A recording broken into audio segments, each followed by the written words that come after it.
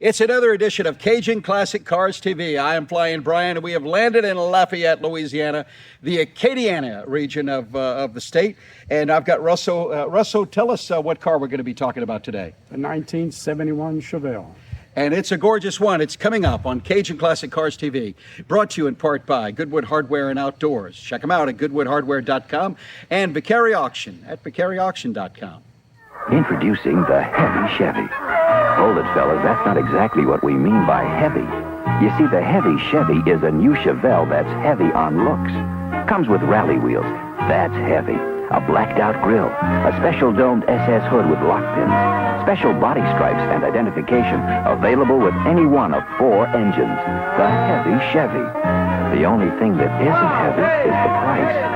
That's light. Your cars are the stars. Cajun Classic Cars TV. We're back in Acadiana, and just before I stop and get me some crackling and boudin, I thought I'd come to Lafayette and check out Russell's heavy Chevy, his 1971 Chevelle. Let's hear about it and see it on Cajun Classic Cars TV. You know, Russell, we've always got stories about what got our gears going, so to speak, on cars. What started your love of rides, man? I guess I was mechanically inclined. I used to hot rod my bicycles. I put strange handlebars on them and change the ratio in the back. You know, just everything I could possibly do, and that grew into automobiles. I just had the knack. And when I got my first car, 54 Oldsmobile, imagine that, 4-door, it wasn't long before I put dual exhaust on it. And then I lowered the car, and it started looking like a car. Took the fender skirts off, had the interior changed to rolling pleat. That was the big deal in the day. And it was two-tone green, and I drove that car for several years, and it was a good car. I even ran it at the drag strip in H stock, I think it was. It wasn't very fast, but it was a lot of fun and keep me out of trouble. So on the bicycle, did you have the clothespin with the card to make it sound like a motorcycle? I had done that too, yes. We had that. Yeah, we did. And, changed the color right away. Yeah. You know, stock color was different. You had to have something different, you know, pinstripes. And so I did the whole deal, and except for a stint in the service overseas, I've been involved with cars my whole life, you know. What is it about us guys, man? We can't leave well enough alone. We look at our cars, we probably just spent thousands of dollars on it, and all of a sudden we're like, I think it needs this with the exhaust, or I think this needs to be touched up. It drives the women in our lives crazy, I'm sure. Yes, I'm sure it does. And it gets expensive too. For instance, this car is 54 years old. Now, it's got a modern, up-to-date engine, but there's still a lot of parts on it that are 54 years old. Mm-hmm. And the engine's been replaced with a stroker, and all that requires maintenance. It's not just, it doesn't take care of itself like if you just had a car and you put the key in the ignition and go on a bunch of business. This thing, you got to take care of it. You got to adjust things, and the gas mileage is not the greatest. That's the other thing, you know. So Russell, you mentioned the Oldsmobile that you had, which was your first ride you had for quite a while. What are the cars that have come and go in your life, and is there one that you think, boy, that got away, I wish that wouldn't have happened? Well, I ordered something called an FPO, a factory production option car from Service Chevrolet. It was a 63 Chevrolet Impala. It had a built-in to the dash tack, which was unusual. When you saw that in the car, that meant it had 300 horsepower. It actually had more than that, but they fudged a little bit. And I raced that at several drag strips. I was stationed at Keesler, and I'd go down to Southland and also Laplace. And then I went overseas in the military, and I pickled the car. And I remember my father and everybody telling me I was a crazy man, but I left it at my grandfather's place. He had a nice garage. My grandmother made a cover with a sheet, and I took the tires off, drained the tank, filled the engine with oil, And I was gone for over 3 years, like 3.5 years. Came back, and within 10 hours, I had the car on the road. And everybody kept telling me, all the seals are going to go dry and all this. Never happened.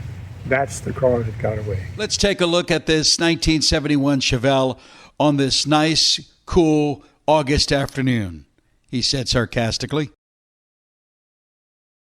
Well, I purchased the car in '08, and it was in really bad shape. Interior was trashed. The engine was not properly tuned. They had the wrong plugs. They kept fouling plugs. I just had to start all over again, as far as I had to eventually change all the rock arms, all the push rods, because the car had been a nitrous car, which is something that's used to give it extra power when you need it, but it's very destructive. And I kept having pieces of mainly the upper end push rods and rock arms just breaking. So it took me about 1.5 years before I could actually trust the car. I didn't take this car to cruising the coast until 2010, because locally I'd go down to Abbeville on a weekend and come back, and it would just break down for nothing that I did, but the misery it had been put through before I bought it when it was on the drag strip. So I took that out and just slowly started the process of what you do when you buy a car that was really dogged really bad. Incidentally, this car came here from Gretna prior to Katrina. The guy was escaping Katrina, knew it was coming, and he rented some property next to mine in Scott. A friend of mine saw the car. He said, I know you're looking. You might go over there and talk to this guy. I talked to him. We came up on a price, and I bought the car. But it just had so much work to do, and now I feel like it's in the best condition it's ever been in. Right now, the last thing I did was change the window cranks and the back windows. Well, the paint, as far as I know, it wasn't new when I bought it, but it was in really, really bad shape. It had a lot of stains and things that were ground in almost. And I found several different things that work. One of them is a Meguiar product. It's called a 2X scratch remover. It's a mild compound, and I did everything by hand. The other thing is, I believe this is probably original because I was able to talk to the guy I bought it from, and I tracked the car down to the people in Alabama that sold it to him. And as far as we know, this is original. And of course it's black. And there was a place in Crowley that quoted a lot of money. So what I did is I went to a professional shoe store and I bought some Kiwi professional dye, and I redyed the top, the vinyl, and it looks really good. You know, you have to clean it up pretty often, but all in all, the windshield's been replaced twice, and that's from going to cruising the coast and loose rocks falling off of trucks. And you can still get windshields for these things. And it has a in the windshield antenna, which was pretty new in 1971. And when the first one broke, I thought I'll never find another windshield. Well, I was wrong. I had to find 2 more. The striping, did you do the striping, or was that kind of done? It was done. It was done. And it's I have all the paperwork for it. It was done according to the way it should have been done when the car was built. Now, it may have been redone. I don't know that, but I have all the documents that show the width of the stripe and the whole thing. So as it was done when I bought the car, and the cowl induction was also there. And this is a device that with the proper air filter, that the hood fits on top of the air filter, and when you accelerate and there's a drawdown on vacuum, this opens up, this vent. Right now it's open. When I start the car up, it's going to close. But whenever I do hard acceleration, it opens up, and that would allow more fresh air to go in the engine. And so that has given me trouble, of course. There's a solenoid there and a vacuum and all that stuff. So it's, everything works now, but again, it's an old car. This car was delivered in Chicago, and this was the early stages of the first rear window defroster. This thing just blew air. It looks like a speaker. It's mounted in the center of the deck, and it doesn't have any heat or anything. It's just it's got a switch on the panel where when you turn it on, it blows air, and it acts like a defroster. So tell me about the wheels. Those wheels I put on there because in my mind this is period correct for when I was a young man having cars. It had the original wheels on it, which were black spoke. These are American Racing mags, and I sold the other ones and bought these. It gives it a different look, and again, this was the hot thing when I was a hot rodder, and I'm not a hot rodder anymore. I am, but not a young kid. So nice looking, I think, for the car. The car's got a good stance. It's a drop spindles in the front, 3 inches, and 2 in the back. And it's a little bit lower than I would like, but I'm just careful as to where I go and what I go over. Try not to go over a speed bump too fast. When I purchased the car, the grill was in real sad shape, and it had a lot of cracks. And what I did was I glued it together with super glue and just to, keep it going for a while. And then it looked pretty good. It sprayed a little Armor All on it if I went somewhere. But a few months ago, I went to a car show, and coming back on the interstate, there's a bird that flew across and embedded itself in my grill, the actual plastic part of the grill. And I had a big piece missing. So I was able to purchase this from a Chevelle dealer in South Carolina, I believe it is, Ausley. And this is exactly like it was before, and it looks brand new, and it is. So it really enhanced the looks of the car much better than what it was before, and I was just living with that. And so the bumpers are all original. I checked them, and they have the GM stamp. And so all in all, for a car that old, the chrome on it is in pretty good shape. Let's take a look at the motor, man, if we can. All right.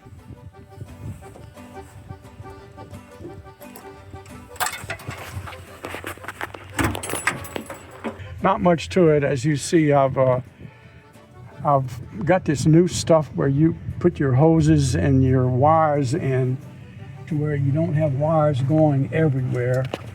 It just holds everything together. It keeps the heat from getting in here and, hurting that as much as it does. But this is just your standard 350. It's bored and stroked to 383 cubic inches. It's got a higher performer intake, got 10.5 to 1 heads. And obviously with that, I need to put octane booster or buy 93 octane, and there's a few places in Lafayette that have it. If not, I add Lucas 103 octane to a half a tank.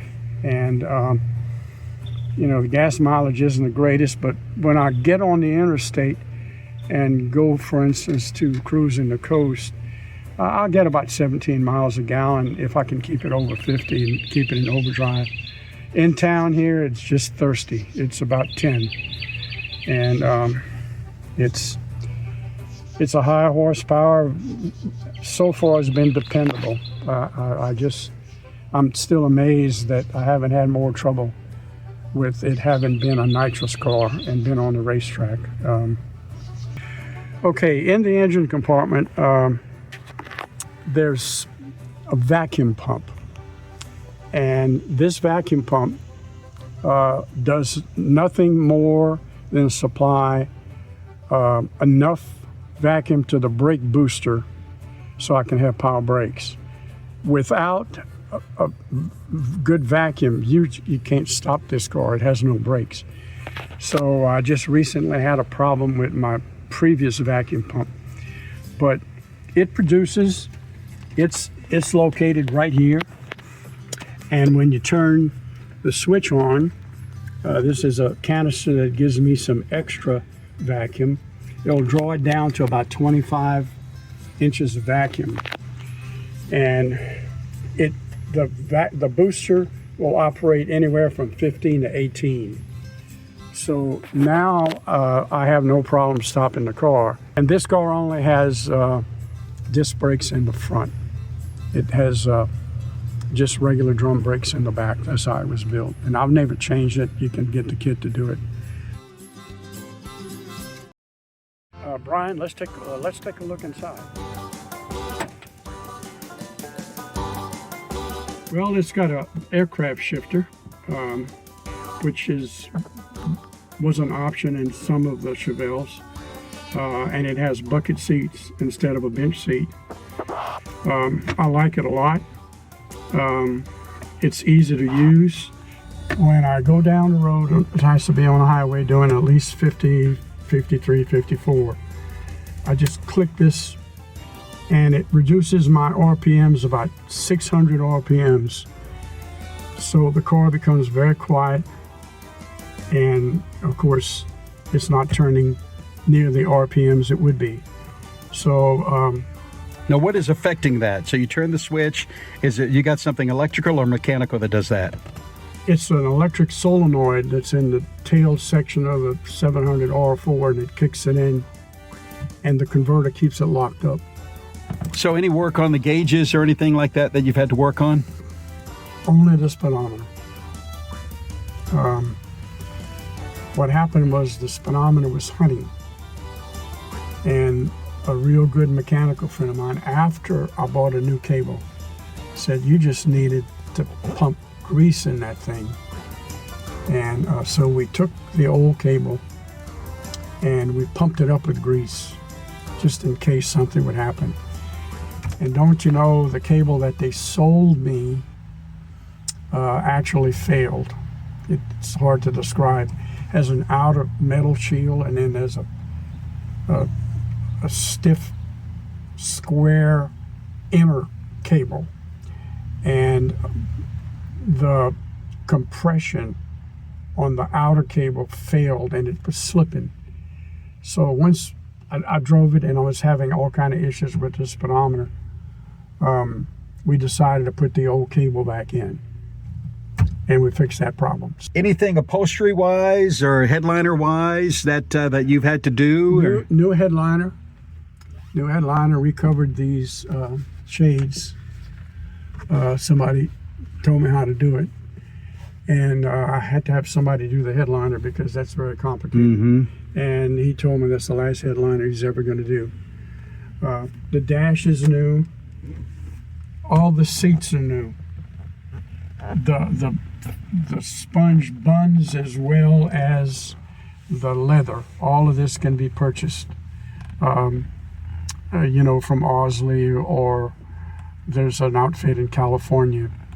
And the door panels, all that's new. And the back seat I was able to salvage by just taking it out, cleaning it, and dyeing it with professional shoe dye. Actually, when I took the back seat out, a mouse had been living in there from when I got the car. It had gotten in there somewhere. It was dead, but it wasn't all bones. It had just died within a few days. Russell, I know we heard a little sampling of it running, but let's hear it again, my friend. Okay, all right.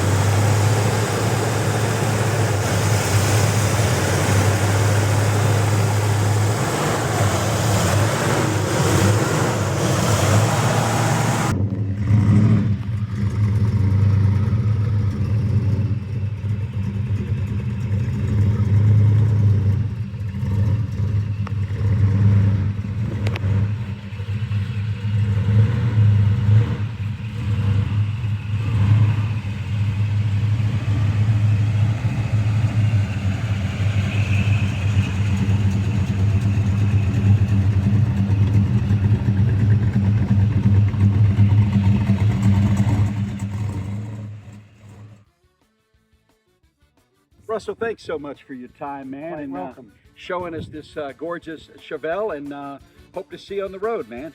Hope to see you on the road. And we hope to see you guys on the road very soon. And if you'd like to show off your ride just like Russell did with his Chevelle, you can do so. Let me know at Brian at CajunClassicCarsTV.com.